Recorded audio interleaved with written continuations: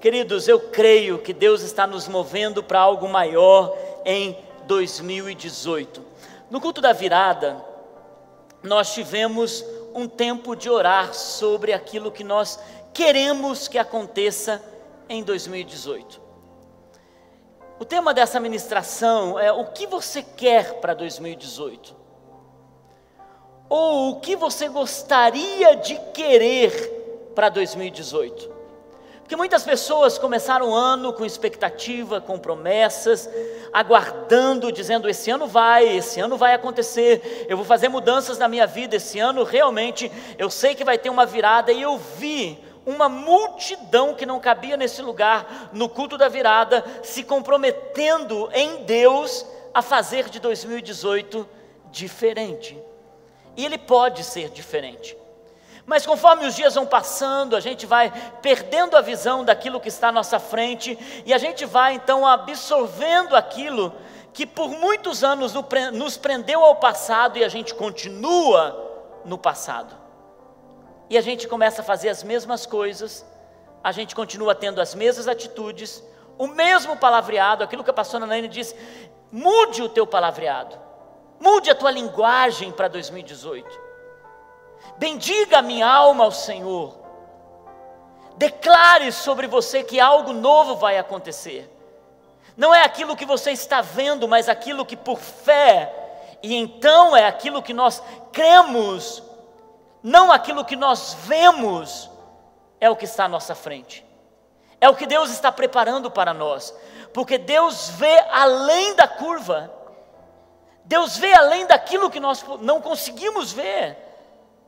Você às vezes está passando por um momento no começo desse ano, na sua alma, no seu homem interior, na sua mente, aquilo que você vê na tua casa, aquilo que você está experimentando com o trabalho ou com a ausência do trabalho, aquilo que você está vazio em si mesmo, isso determina a tua alma para onde você está indo.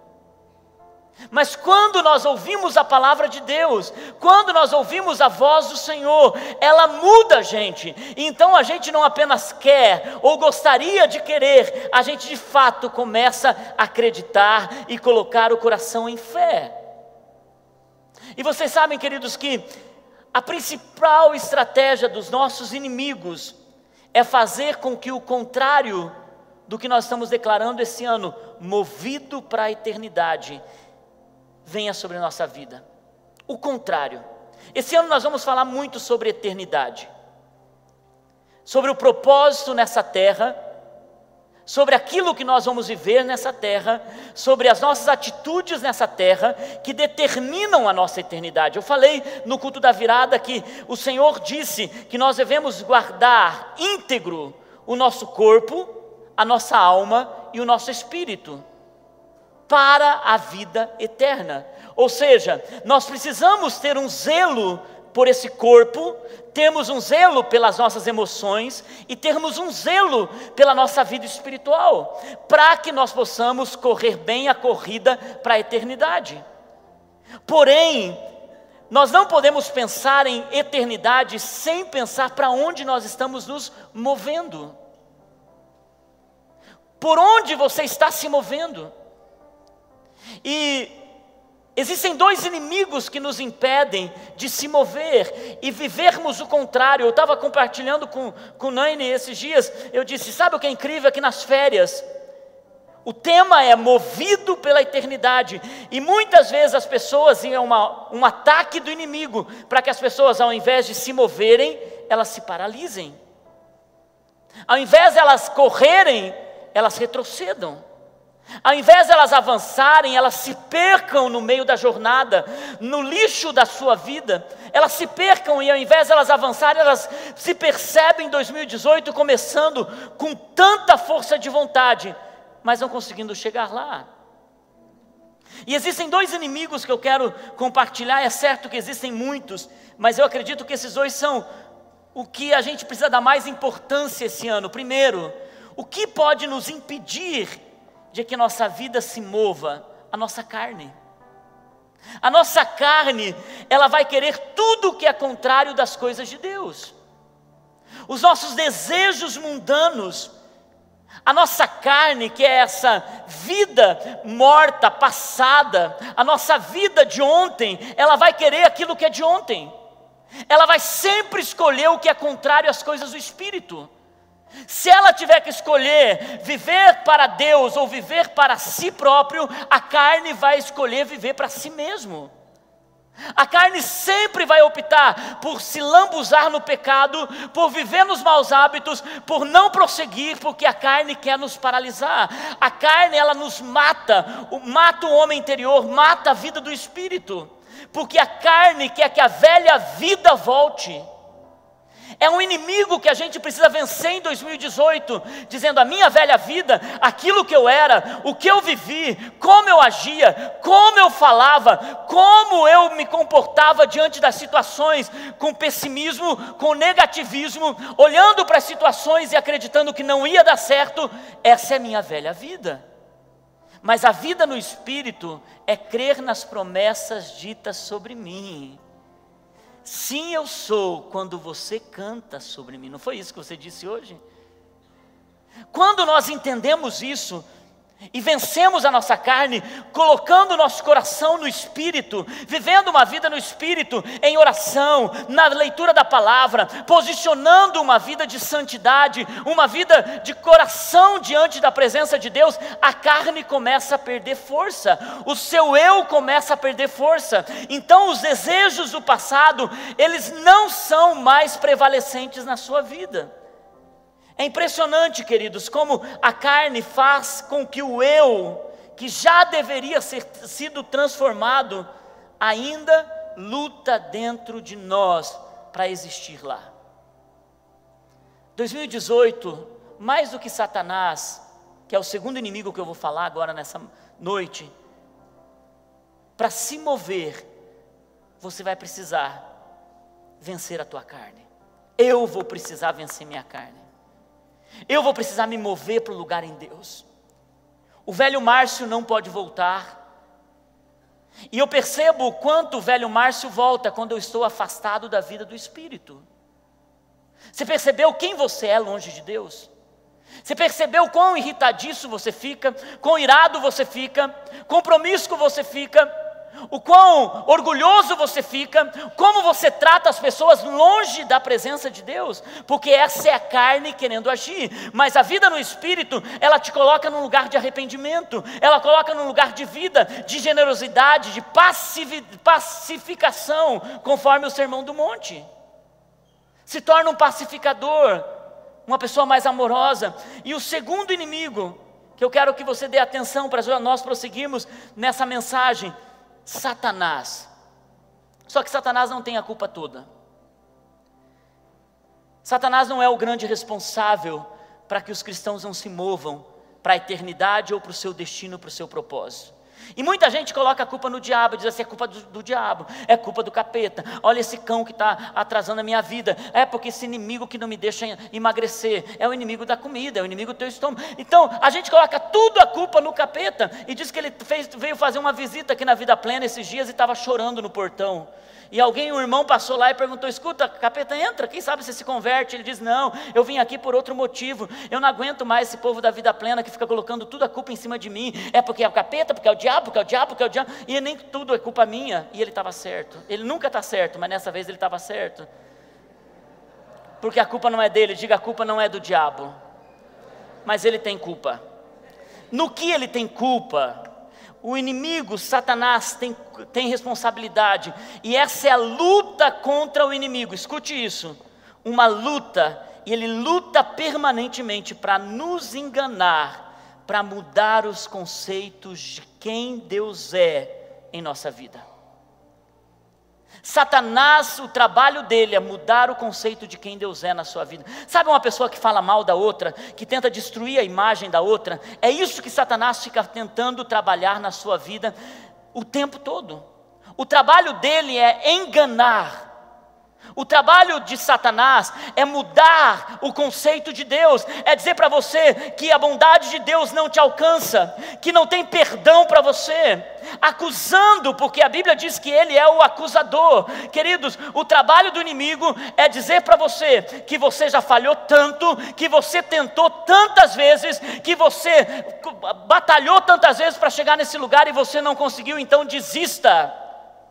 Ele nos engana para não nos movermos para a eternidade. O principal trabalho do inimigo é ficar destruindo a imagem de Deus em nossas vidas. Deus é um bom pai, só que o inimigo muitas vezes diz assim, ele não cuida de você. Deus é perdoador, mas muitas vezes o inimigo fica dizendo, não, você não merece perdão. Você caiu mais uma vez, não venha com chorumelas querendo de novo o perdão de Deus, porque você é um coitado, e na verdade isso é um engano de Satanás, é uma mentira dele. E é por isso que quando nós vivemos uma vida no Espírito, nós ouvimos a voz de Deus dizendo, há perdão para você, recomece mais uma vez, de novo e de novo e de novo, e quantas vezes for necessário. Ele é o pastor que deixa as 99 no aprisco para correr atrás de uma. Ele é aquele que traz as suas trevas luz, ele quebra as muralhas. Ele não é o Deus que está resistindo a você, ele é o Deus que está abraçando você. E o inimigo trabalha para tirar a nossa vida desse propósito, acusando os nossos erros e nos tirando do nosso destino. Por isso, queridos, esse é um ano para se mover por coisas que valham a pena. Esse é um ano para que as coisas que nós façamos tenham impactos eternos. O jeito que nós cuidamos de quem está ao nosso redor, a vida é tão linda, a vida é tão incrível, para a gente ignorar as pessoas que estão ao nosso redor, para a gente não viver com as pessoas que Deus nos plantou, para a gente não aproveitar os amigos, não aproveitar a família, a gente ficar rodeando em volta de mesmice, de coisas pequenas. Eu declaro sobre a sua vida, esse vai ser um ano que você vai experimentar tanta revelação de Deus em você, e as verdades de Deus virão ao teu respeito, e isso não vai ter variação. Deus é Deus, Deus te ama, Deus te quer perto dele, nenhum pecado pode te afastar dele, ele quer você crescendo nele, e esse é um ano do teu avanço, esse é o ano do teu movimento, esse é o ano do teu crescer em Deus. Por isso se mova. Agora, o que é o contrário do mover? Do se mover, do movido, o que é o contrário? O antônimo disso, eu fui para o Google. Ninguém melhor do que o Google para nos dar tantos dicionários sobre o antônimo de se mover. Quem sabe você começou esse ano desse jeito. O contrário de se mover, olha só, quantos adjetivos tem para isso? Primeiro, contrário de movimento é monotonia. Talvez você tenha começado o teu ano com uma monotonia tremenda. O contrário de movimento é sedentarismo. Ai, ai. O contrário de movimento é inércia, sossego, negligência. Uma pessoa que não se move é uma pessoa negligente. Omissão, mesmice, tranquilidade exagerada. Essas coisas são o contrário de se mover. O salmista estava lutando contra todas essas coisas. E nós vamos para o Salmo 119, versículo 37. Salmo 119, versículo 37. Eu vou ler na linguagem da NVI e também vou usar a linguagem Almeida e revisada. A NVI diz assim: desvia os meus olhos das coisas inúteis. Vocês estão comigo? Desvia os meus olhos das coisas inúteis, faze-me viver nos caminhos que traçaste. A outra versão diz assim: Senhor, desvia os meus olhos da vaidade, vivifica-me no teu caminho. Queridos, o salmista estava fazendo uma oração sincera. Ele estava dizendo assim: Senhor, eu estou correndo atrás de coisas inúteis. Senhor, eu comprometi a minha alma dizendo, vamos lá, vamos crescer, vamos avançar, mas eu me pego nessa estação da minha vida, correndo atrás de coisas inúteis. Escute bem, queridos, algumas coisas inúteis são pecados e destroem. Algumas coisas que nós corremos atrás que são inúteis, não são pecados, mas nos paralisam. Muitas vezes nós estamos correndo atrás e nós começamos o ano dizendo vai mudar, vai ser diferente. Quando você se pega, você de novo está olhando para coisas inúteis. E se você continuar fazendo isso, você vai continuar vivendo a mesma vida que você viveu até aqui. E o salmista está dizendo, Senhor, por favor, desvia os meus olhos dessas coisas inúteis. Meus olhos estão se movendo para aquilo que não me leva a lugar algum, Senhor. Eu não sei como você viveu nesses últimos anos, mas esse ano é um ano diferente para você.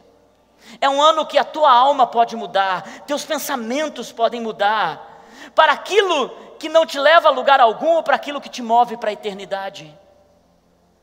Então, queridos, o salmista estava enfrentando tudo que era contrário a se mover, porque ele estava vendo, eu estou vivendo na inutilidade. E nós vamos pegar o que é contrário a se mover, e vamos trabalhar um pouquinho nessa noite. Estão prontos para isso?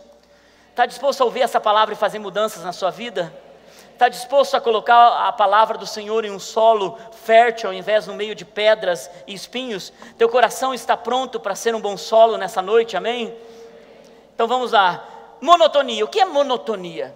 Monotonia é uma falta de variação. Sabe quando a gente se percebe num lugar em que a coisa não está mudando? Sabe quando você está olhando para a sua vida, você está dizendo, o que eu estou vendo é uma falta de variação, a mesma coisa, pastor. Eu tento mudar, eu tento fazer algumas coisas, mas é uma monotonia. Eu estou me sentindo numa situação, tudo ao meu redor, e a minha alma, os meus olhos, os meus desejos, estão nesse lugar monótono, sem variação, sem mudança. O salmista estava dizendo, eu não aguento mais esse lugar. Precisa haver um movimento. Precisa haver uma disposição do coração. Senhor, tira os meus olhos do que é inútil. Sedentarismo. O que é sedentarismo?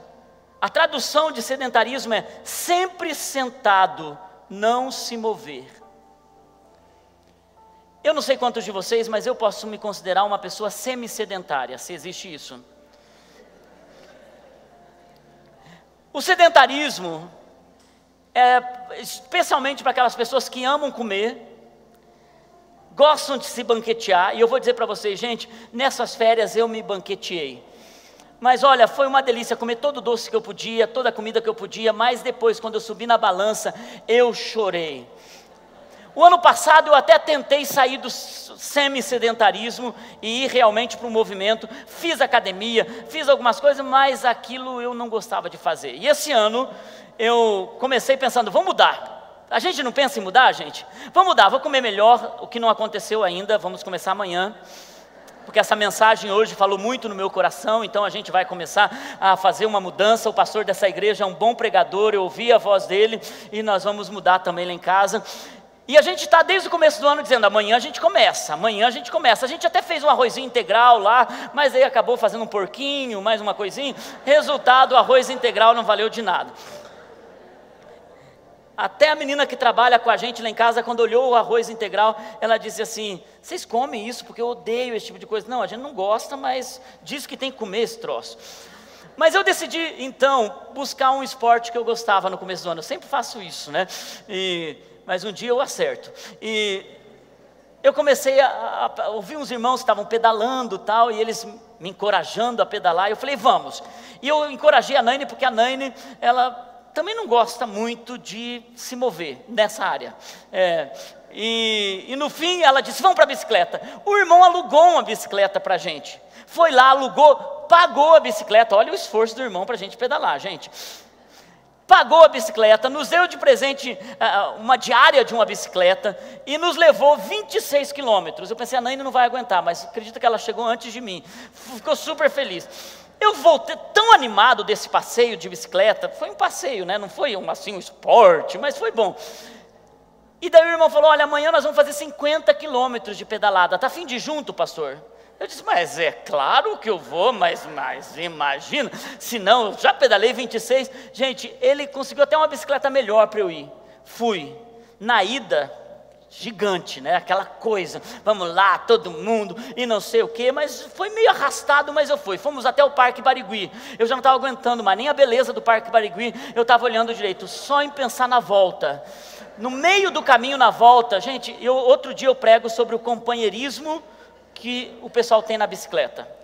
Eles iam e esperavam a gente, nós lá, os remanescentes, e eles aguardando, ok, e a gente chegou e tudo bem, tinha o irmão da igreja que estava lá nos acompanhando, né, Emerson, e estava me ajudando a gente, mas chegou um momento, no meio do caminho, gente, que eu estava pensando: meu Deus, eu vou arregar, eu vou pedir um Uber, eu vou colocar a bicicleta no Uber, e nós vamos fazer isso, porque eu não estava aguentando mais.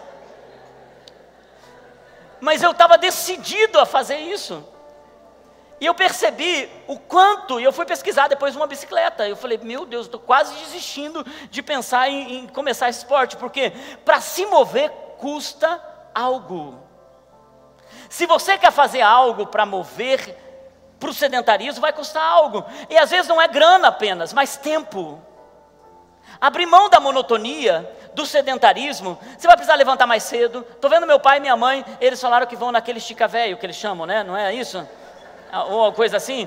E daí minha mãe estava falando assim: não, eu e teu pai fomos para aquela academia da terceira idade, é mais bonito falar assim, academia da terceira idade, e o teu pai, e eu fiquei conversando com uma senhora, e o teu pai chegou, começou a bater papo com o velhinho, e ficaram batendo papo o tempo todo, e não pegaram num aparelho. Então não basta apenas querer, precisa fazer. Precisa abrir mão do tempo, precisa acordar mais cedo. Talvez você vá precisar encontrar esse ano algo, porque o teu corpo é templo do Espírito Santo. É chegar no final do ano dizendo assim: eu me movi. É chegar no final do ano dizendo assim: eu avancei daquilo que eu estava. Pastor, mas já tentei tantas vezes. Tenta de novo. Essa é a graça do Evangelho, tentar de novo e de novo e de novo. O que é o contrário de se mover? Inércia. Ou seja, resistir. A palavra inércia é resistir à aceleração. Sabe o que é terrível, gente? É uma pessoa que está com o pé no freio, perto de uma pessoa que está acelerada. Ela quer viver, ela quer crescer em Deus, ela quer orar, ela quer ler a Bíblia, ela quer conhecer mais o Senhor, ela quer amar sua família. Quando um casal que está cheio de problemas encontra um casal que se ama, um casal que se toca, um casal que se abraça, aquele casal que está cheio de problema, ele olha para aquele casal e diz assim: tudo fingimento. É tudo falsidade, porque aquele casal não vive mais na carne, ele vive no Espírito. Então ele está avançando, ele está acelerando. Mas tem casamentos que ainda estão na inércia, ainda estão naquele lugar do tipo: ok, a gente vai ver se dá certo, e a gente vai criar as crianças, e para que eu preciso me doar completamente para você, quando na verdade tem gente que está acelerando, se doando, amando, se entregando, e tem gente que está na inércia. A inércia é não acelerar, ausência de aceleração. Talvez esse ano você já começou numa inércia que já teve a sua vida por muito tempo, não avança, não acelera, você não está vendo tua vida espiritual crescer, você não está vendo tua vida emocional crescer, você não está vendo o seu trabalho em Deus crescer. Gente, o ano passado nós terminamos com 800 pessoas servindo na casa de Deus, 800 pessoas que começaram o ano dizendo: eu não vou ficar na inércia, eu vou acelerar. Gente que descobriu os seus talentos, gente que quando entrou num orfanato disse: olha, esse é o meu chamado, amar os órfãos.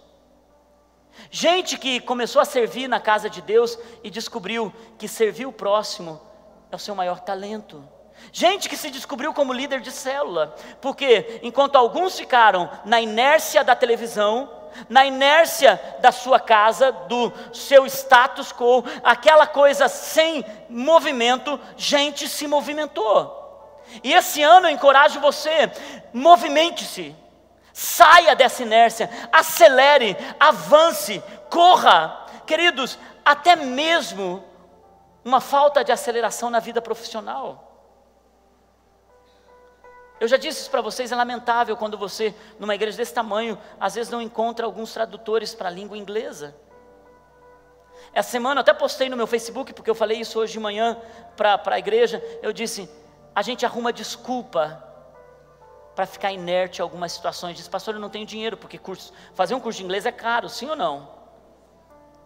Essa semana eu recebi na Gazeta do Povo uma reportagem da Universidade Federal, que tem um instituto que oferece mais de 9 línguas, com professores de altíssimo gabarito, gratuitamente. Inglês, espanhol, mandarim, francês, alemão.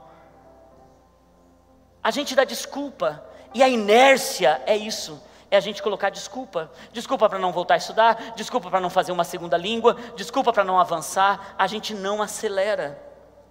Tem muita gente que é sossegado, sabe o que significa sossego? Descanso total. Uma pessoa sossega, pastor, esse ano eu quero sossego para a minha vida. Esse ano eu já comecei querendo sossego, por favor, que ninguém me faça me mover. Negligência é o contrário de movido pela eternidade. Negligência quer dizer descuido, desleixo. Às vezes a gente está com tanta coisa descuidada, e eu vou confessar para vocês, a gente como homem, a gente é meio desleixado, gente. Eu sei que vocês não sabiam disso, eu estou fazendo uma revelação para vocês. Mas às vezes a gente é um pouco desleixado, não apenas consigo, mas com as coisas em casa. A gente vai postergando as coisas, a gente vai deixando o desleixo com as coisas em casa, deixando uma lâmpada, deixando uma coisa aqui, e anos vão passando. Esses dias a Nani falou, se você não arrumar isso nessas férias, eu vou pegar um marido de aluguel. Mas daí não dá, né? Eu vou arrumar. Tem coisa que você precisa se mover. Na verdade eu não arrumei, meu pai arrumou, mas foi eu que pedi para ele. Eu não consigo omitir nada aqui para vocês. Existe uma luz que pisca ali, dizendo assim, seu mentiroso, mentiroso. Então chega um momento que a gente precisa de fato sair da negligência, do descuido com o corpo, do descuido com a vida profissional, do descuido com a fé, do descuido com a palavra de Deus. Queridos, sabe quando a gente descuida dessa palavra? Quando a gente desleixa da palavra, quando a gente desleixa de uma vida de fé, todo o resto começa a desmoronar. Eu vi uma música essa semana que dizia mais ou menos assim, não é por sentimentos, não é por aquilo que eu sinto, mas é por aquilo que a tua palavra me diz. Muitas vezes a gente vive por sentimentos, eu sinto isso, eu sinto aquilo, mas aquele que desleixa da palavra, descuida da palavra, ele vai viver uma vida na carne e uma vida emocional. Omissão. A omissão significa deixar de dizer ou deixar de fazer. Você sabe, a gente vai carregando tantas coisas no nosso coração porque a gente se omite. A gente se omite dentro de casa, a gente se omite com os filhos, a gente se omite no casamento, a gente se omite na profissão, a gente se omite na fé, a gente deixa de falar, a gente deixa de fazer, a gente diz assim, esse é o meu jeitão, eu não consigo demonstrar amor, esse é meu jeitão, eu não consigo expressar palavras de carinho, esse é o meu jeitão, eu sou desse jeito, eu sou truculento, a minha mãe me criou desse jeito, meu pai era desse jeito, até pela minha família, eu sou muito melhor do que minha mãe e meu pai foram, mas o teu padrão não é teu pai e tua mãe, o teu padrão é Jesus. O teu padrão é o sermão do monte, é ser manso, é ser pacificador, é ser generoso, é ser misericordioso, esse é o teu padrão. A tua mãe e o teu pai, eles foram só um canal de Deus, na vida nova em Cristo, Jesus é o padrão, Jesus é o nosso exemplo. E muitas vezes a gente vai se omitindo, queridos, e a gente se omite, e a gente destrói pessoas que a gente tanto ama. que a gente quer viver a vida toda junto. Porque a gente deixa de falar e a gente deixa de fazer por essa pessoa. Eu tenho pensado o que eu posso fazer mais por aqueles que estão perto de mim.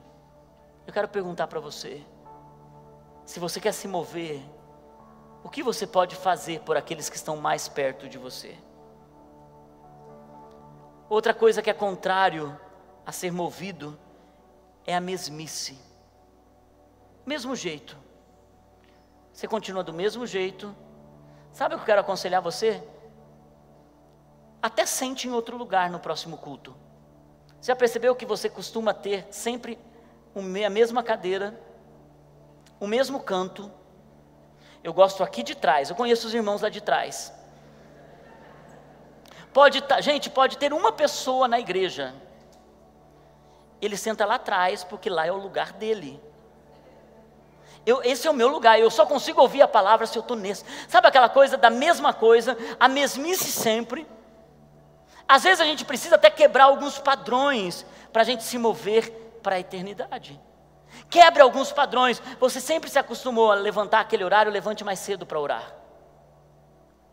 Você sempre se acostumou a fazer daquele jeito, faça diferente, para que Deus possa se mover em você, encontrar em você um coração disposto a avançar para um outro lugar. E o salmista continua dizendo, na parte B do versículo, a primeira parte ele diz: desvie os meus olhos dessas coisas inúteis. Mas quando começa uma transformação é quando ele diz: faze-me viver nos caminhos que traçaste. Em uma versão diz: Senhor, vivifica-me nos teus caminhos. Ninguém pode acelerar se o Senhor não ajudar. Ninguém pode sair do marasmo, da mesmice, do sossego, da omissão. Ninguém pode sair desse lugar que nós compartilhamos agora, da carne ou da mentira de Satanás, se o Senhor não ajudar, se o Senhor não o guiar.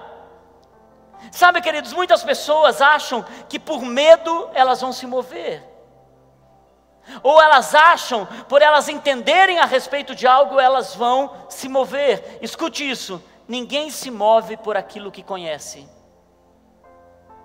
E eu vou te explicar o porquê. Muita gente tem medo do inferno. Eu tenho medo do inferno. Eu não quero ir para o inferno. Alguém quer ir para o inferno? Ninguém quer ir para o inferno. E Jesus disse que o inferno existe. E nós vamos falar sobre a eternidade, que lugar é esse lugar chamado inferno. Agora, o inferno não pode nos mover. Eu posso pensar assim: a minha alma vai para o inferno, ou tem muitas almas indo para o inferno, e mesmo assim, não me mover para nada. Eu não deixo de pecar, eu não continuo me santificar, porque o medo do inferno não me move. Escute isso: o medo por algo não te move. Da mesma forma, você pode saber sobre o céu, você pode olhar para as recompensas que o Senhor vai te dar na eternidade, e isso não mover você e você continuar frio. Você pode acreditar no céu. Quantas pessoas, e olha, depois que você lê esse livro, você tem uma outra visão da eternidade. Quantas pessoas vão ler esse livro e vão continuar frias? Porque conhecer apenas não basta. Tem muita gente que tem medo da morte. Deus o livre meus filhos morrerem, Deus o livre eu morrer, pastor, pelo amor de Deus, a morte não. E muita gente tem medo da morte, mas nem a morte pode mover alguém, ou o medo da morte pode mover alguém para amar mais a Deus. Tem gente que perdeu pessoas e se comprometeram a viver uma vida para Deus, mas depois o tempo vai passando. É assim que acontece. Da mesma forma, quando você olha para o sofrimento de Jesus e você diz: o amor de Cristo, tudo que Ele viveu lá, isso pode me mover. E eu conheço muitas pessoas que conhecem sobre o amor de Jesus, pensa na obra da cruz, até chora sabendo do que Jesus pagou o preço, mas ela não ferve por Jesus, ela continua fria. Então, o que pode te mover? Essa é uma pergunta importante para essa noite. O que pode te tirar de um lugar de inércia, de passividade? O que pode te tirar?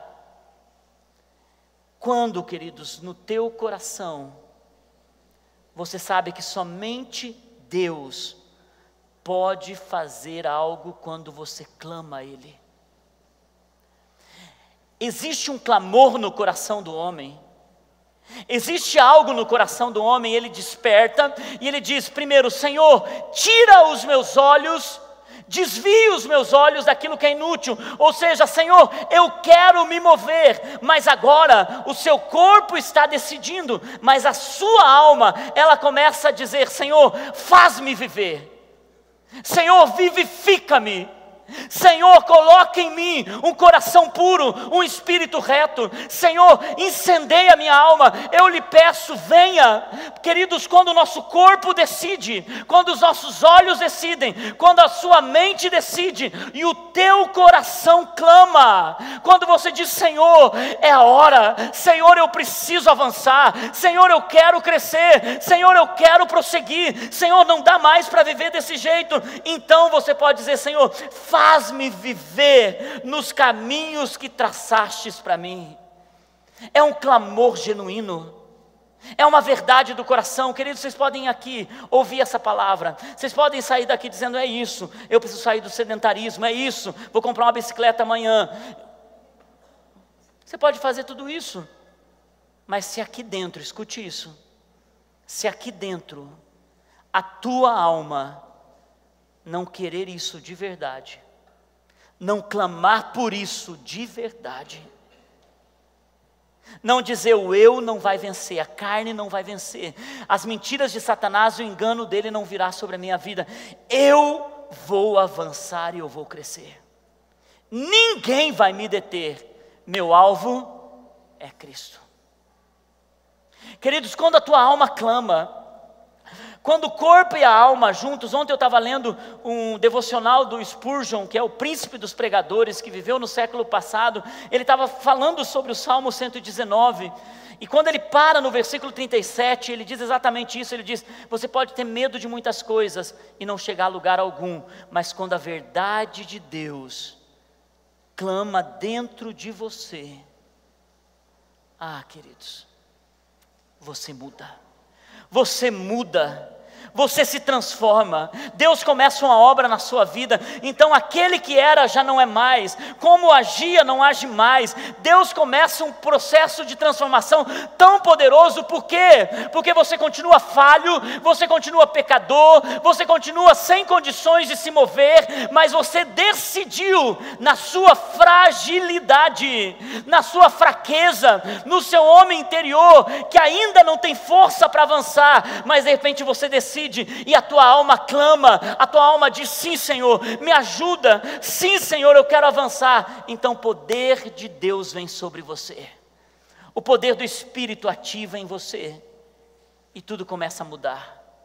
Queridos, há um poder aguardando a tua manifestação, há um poder aguardando a tua posição, há um poder que vai te ajudar a avançar. Essa é uma noite, e eu creio no meu coração, é uma noite que você vai sair dessa monotonia, é uma noite que você vai sair do sedentarismo da sua alma e do seu corpo, é uma noite que você vai acelerar. Chega de inércia, chega de sossego, chega de negligência, chega de omissão, chega de mesmice, e chega de viver essa vida sem se mover. Está pronto para isso? Vamos nos colocar em pé.